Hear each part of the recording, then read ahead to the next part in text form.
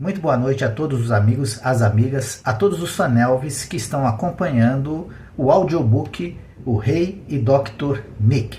No vídeo de hoje, o depoimento emocionante da enfermeira de Elvis, Tish Hennelly. O Rei e Dr. Nick. Aqui em algum lugar. Na noite seguinte, Elvis voou de Memphis para Indianápolis, Indiana. Uma equipe da CBS capturou imagens do seu desembarque para adicionar ao especial de TV que eles estavam produzindo a partir das filmagens de seus shows uma semana antes. Executivos da RCA se encontraram com Elvis nos bastidores antes do show e lhe presentearam com uma placa do seu último lançamento, Mood Blue, com a inscrição 1 bilhão de discos prensados pela RCA.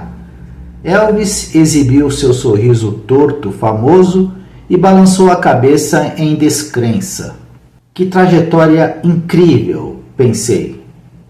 O sucesso de Elvis compensou a sua falta de energia, e o show que se seguiu foi provavelmente o seu melhor da turnê de 10 dias.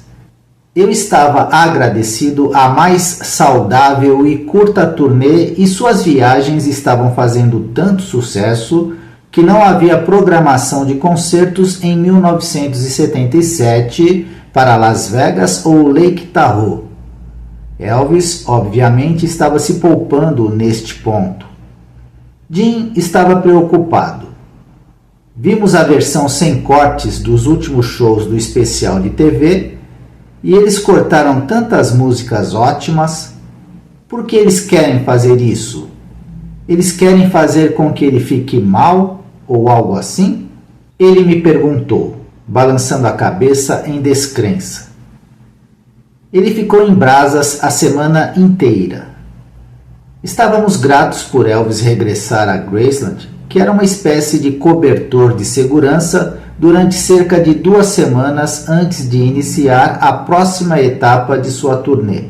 Se ele estava acordado quando eu chegava em casa do trabalho do grupo médico, a primeira coisa que ele fazia era me ligar para ir até lá, para a mansão, porque ele estava terrivelmente solitário. Tish Hennelly lembrou.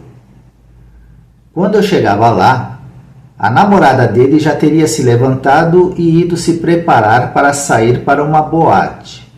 Ele estava lá sozinho. É claro que naquela época não havia TV a cabo. Então, ou você comprava um filme, ou você assistia à programação normal da TV. Ele lia muito, e seu lugar favorito para ler era no banheiro. Ele dizia, "Ei, Tishana." Era assim que ele me chamava. "Venha, vamos ler isto." Às vezes ele lia e às vezes queria que eu lesse para ele. Elvis se sentava naquela cadeira preta e desconfortável, com aparência de plástico, no banheiro. Quando íamos lá ler juntos, alguém se sentava no assento do vaso e alguém sentava na cadeira desconfortável. Tish confirmou que era difícil para qualquer um saber que Elvis estava tão doente como estava. Ele raramente se queixava. Na verdade, depois daquela última turnê, ele estava tão chateado, ele só comia e ficava sentado sobre seu rabo. Ele estava preocupado, como todos nós. Ele tinha um espelho e podia ver. Seu peso o impedia de fazer os movimentos que queria no palco. Suas roupas estavam apertadas e desconfortáveis. E ainda, ele se cansava com mais facilidade.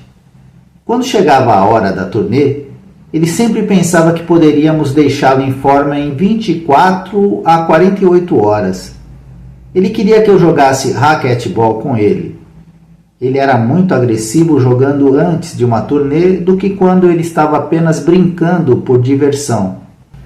Mas seu objetivo sempre foi fazer o melhor que pudesse para entreter seus fãs, lembrou Tish com tristeza. Não fazia nenhuma diferença como ele se sentia. Ele sempre fez o melhor que pôde. Embora Elvis, what happened, Elvis, o que aconteceu, Havia chegado às lojas e ele sabia que muitos fãs, sem dúvida, o teriam lido quando ele chegasse aos palcos. Elvis permaneceu otimista em relação à sua próxima turnê. Ele não mencionou o livro para Tish, Dean ou para mim, mas disse resolutamente que a turnê que começaria em Portland, Maine, em 17 de agosto de 1977, seria a melhor até então. Eu sabia que ele acreditava nisso em seu coração. Acho que Elvis aceitou o que disse aos repórteres num esforço para se explicar anos antes. O homem é uma coisa, a imagem é outra. É muito difícil viver de acordo com a imagem. Sempre me admirei pelo fato de Elvis ser um homem que passava por uma metamorfose quando os holofotes o encontravam. Um desejo meu que para sempre não será realizado é ver o que Elvis, um homem que continuamente se reinventava, planejou fazer para encantar seus fãs e conquistar os céticos na turnê que nunca se concretizou.